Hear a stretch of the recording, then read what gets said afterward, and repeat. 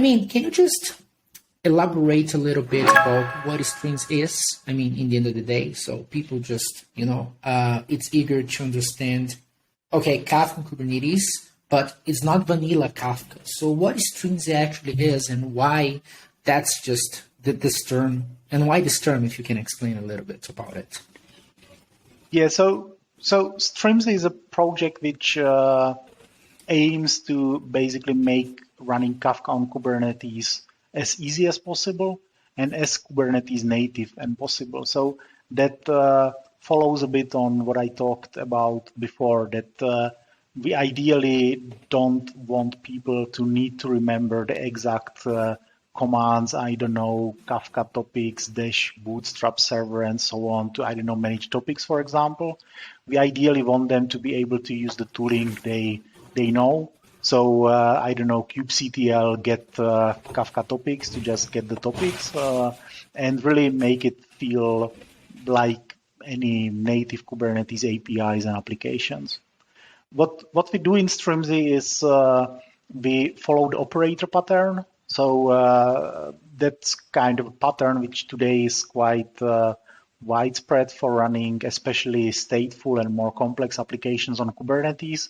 It's called operator pattern because basically we are trying to encode the things which the operators would be, the human operators running the Kafka clusters would be doing when running it manually. We are trying to take these and encode these into the operator controller and have it in the code and basically have it manage the Kafka cluster. And the main advantage of that is that the operator is running the whole time and controlling the Kafka cluster. So it's not just something what installs it and then you have to take care of everything, but it tries to help with upgrades. It tries to help with things like certificate renewals and so on. But also in Strimzi, we try to take it a bit step further.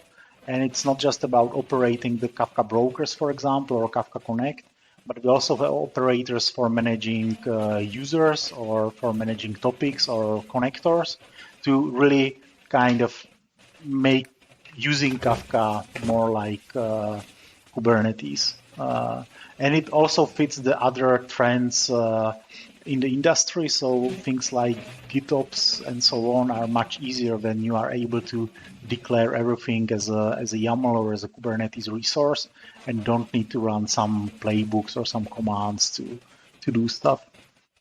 And to achieve all of this, we have also our own container images for Kafka and Zookeeper and so on. And then we have some kind of side projects, let's say, in Strimzi. Like we have our own HTTP bridge.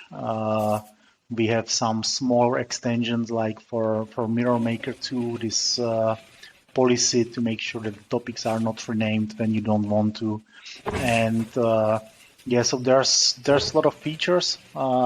Everyone who wants to learn more, there's of course the strimzi.io website, and we have a Twitter channel, and there's a Slack channel where everyone can come and ask for help, and we are there.